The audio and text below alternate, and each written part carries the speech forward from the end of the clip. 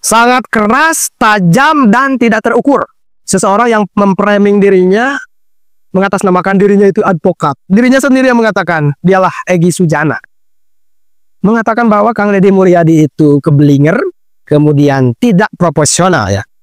Asal kita ketahui ya, wahai rakyat Jawa Barat dan seluruh rakyat Indonesia, biasanya jejak digital Egy Sujana ini, ketika Egy mengatakan seseorang ini gak benar, berarti orang itu benar. Biasanya gitu.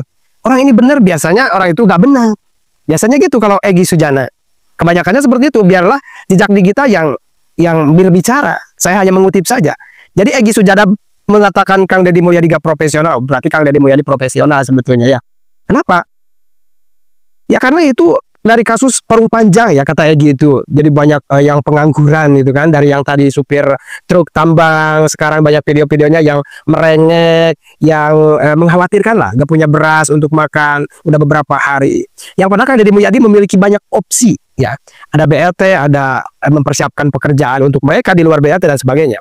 Namun alasan Egy Sujana ini hanya menyantumkan satu poin aja sebagai opsi dari. Nah, bagaimana alasan Egy Sujana ini? Apakah kuat atau tidak? Mari kita bersama-sama menilai nanti apakah terukur, apakah itu bisa dikatakan Egy itu benar ya, atau bahkan Egy sendiri yang keblinger dan tidak profesional. Nah, agar tidak penasaran, mari kita langsung saja tonton pada video berikut ini. Check it out.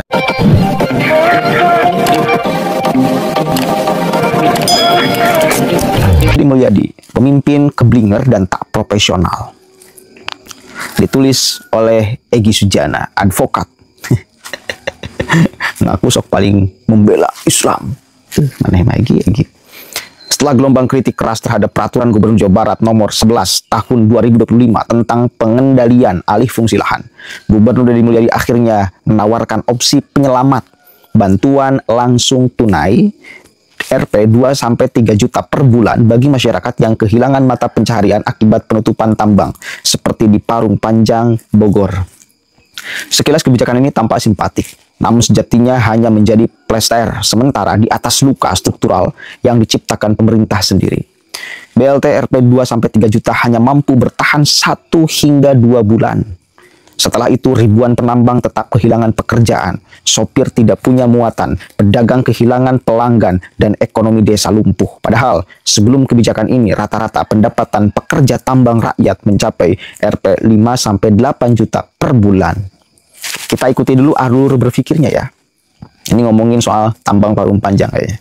Hingga kini belum ada data otentik maupun dokumen resmi pemerintah Provinsi Jawa Barat yang menunjukkan BLT Rp 2-3 juta itu benar-benar terrealisasi atau bahkan tersedia dalam anggaran pendapatan dan belanja daerah perubahan tahun 2025.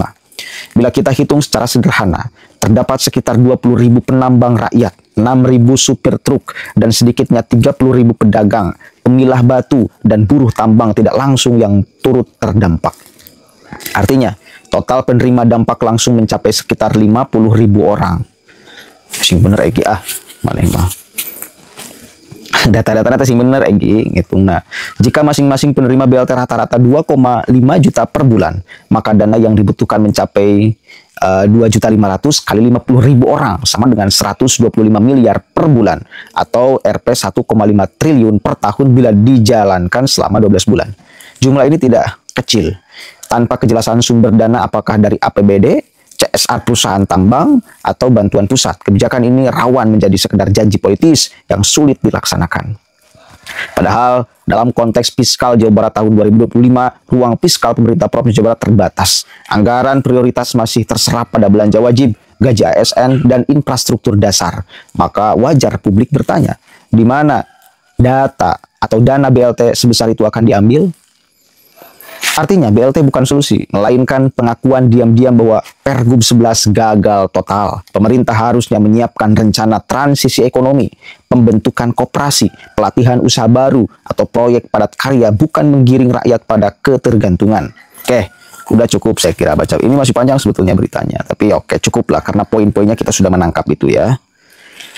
Jangan sampai masyarakat ketergantungan itu. Jadi hanya Egy mencatut bahwa KDM akan memberikan BLT 2-3 juta per bulan kepada yang terdampak di sana di Parung Panjang. Sebelum dilanjut kita dengarkan dulu nih. Ini KDM yang ngomong langsung. Ente mas setengah-setengah, Egi. Assalamualaikum, sampurasun, wilujeng enjing, bagi Jabar dan seluruh warganet dimanapun berada, tetap semangat. Siap. Memiliki harapan, melangkah demi masa depan. Saya mengucapkan terima kasih pada seluruh aspirasi warga yang terdampak dari penutupan tambang di wilayah Cigudeg, Rumpin, dan sekitarnya. Saya tidak bisa menyebutkan satu persatu. Dan saya paham Anda marah karena pekerjaannya ditutup. Dan saya melakukan penutupan itu demi kepentingan masyarakat yang lebih banyak. Dan seluruh kegelisahan itu kami sudah mempertimbangkannya. Walaupun sebenarnya perusahaan juga memiliki tanggung jawab terhadap para pegawainya yang diakibatkan dari berhentinya produksi. Sebenarnya seperti itu. Itu kalau kalangan pabrik itu yang terjadi. Tetapi saya mengabaikan lah tanggung jawab perusahaan itu. Saya nggak ada masalah dengan itu. Saya akan fokus pada bahwa ini ada warga saya yang terdampak karena penutupan tambang sehingga kehilangan pekerjaan, kehilangan pendapatan, dan kehilangan kehidupan. Untuk itu, saya sampaikan bahwa pemerintah Provinsi Jawa Barat sedang menyiapkan dua opsi. Opsi yang pertama adalah memberikan bantuan selama penutupan per bulan 2-3 juta per karyawan atau per kepala keluarga. Nanti lagi kita hitung. Jadi per bulan 2-3 juta per karyawan atau per kepala keluarga. Nanti skemanya lagi kita buatkan. Sehingga kebutuhan berasnya, kebutuhan anak sekolahnya tetap terpenuhi. Yang kedua adalah menyiapkan pekerjaan bagi mereka yang bekerja di sektor tambang, menjadi kuli belah batu, kuli mikul, operator beko, untuk satu menjadi tenaga kebersihan di Dinas PU dan Tata Ruang Provinsi Jawa Barat, karena kami memerlukan tenaga kebersihan jalan. Misalnya jalan di sepanjang Parung Panjang, nanti tenaga kebersihannya kami akan rekrut dari karyawan yang terdampak dari penutupan tambang dengan gaji UMK, upah minimum kabupaten. Yang kedua, kami menyiapkan juga untuk tenaga-tenaga sopir, karena kami memerlukan rekrutmen tenaga sopir untuk pekerjaan di sektor PU, PSDA, kegiatan di lingkungan hidup, dan yang lainnya, karena kami membeli mobil dengan jumlah yang banyak pada saat ini, mobil-mobil truk. Kemudian yang ketiga adalah operator alat berat. Kami juga hari ini membeli alat berat dengan jumlah yang banyak untuk sektor PU dan PSDA. Dan kemudian yang berikutnya juga dilatih menjadi tenaga pemadam kebakaran, karena kami hari ini memerlukan tenaga-tenaga untuk pemadam kebakaran yang disebar di berbagai wilayah di Jawa Barat. Untuk itu, saya ucapkan terima kasih. Mohon sabar, dalam seminggu ini kami akan segera bergerak untuk melakukan realisasi terhadap apa yang menjadi kebutuhan. Salam untuk semuanya. Ya, boleh ngambek terus, saya nggak apa-apa. Dibenci, dimarahi oleh warga, saya nggak ada masalah. Yang penting saya berguna bagi kepentingan orang banyak. Atur nuhun. Nah, jadi jelas ya apa yang dikatakan oleh Egy Sujana. Ini berkaitan dengan Parung Panjang. Ya, sangat disayangkan dalam beberapa kasus Egy Sujana selalu berpihak pada yang bukan kepentingan rakyat dari dulu. Ngakunya aktivis-aktivis pro-Islam dan sebagainya dulu lah. Ya jelas masyarakat dengan kebijakan Kang Deddy Mulyadi memberhentikan dulu Parung Panjang itu udah jelas didukung oleh masyarakat, karena tadinya juga kan masyarakat itu mengajukan supaya pertambangan itu diberhentikan karena memang itu juga ilegal. Di samping itu mengganggu lalu lintas kendaraan umum ataupun kendaraan pribadi. Pada waktu truk-truk tambang itu kan jangankan mobil, motor pun nggak bisa ke jalan kan gitu. Apalagi setelah adanya aktivitas Parung Panjang, banyak warga yang sesak napas. Maka dengan adanya kebijakan Kang Deddy Mulyadi yang memberhentikan dulu sementara tambang di Parung Panjang itu mendapatkan apresiasi dan tepuk tangan yang luar biasa dari warga Parung Panjang. Ya, lagi-lagi Egy Sujana ini selalu berpihak pada yang bermasalah. Padahal Kang Deddy Mulyadi memiliki opsi, karena Kang Deddy Mulyadi tidak serta memberhentikan seseorang gitu, merugikan orang yang diberhentikan. Karena Deddy Mulyadi sudah menyiapkan pekerjaan, ya sebelum ada pekerjaan itu ya mungkin BLT bisa dialokasikan ke sana. Sementara Egy mengatakan bagaimana kalau sudah 1 tahun masa BLT terus diterima. Itu kan satu opsi. Opsi selain itu kan ada.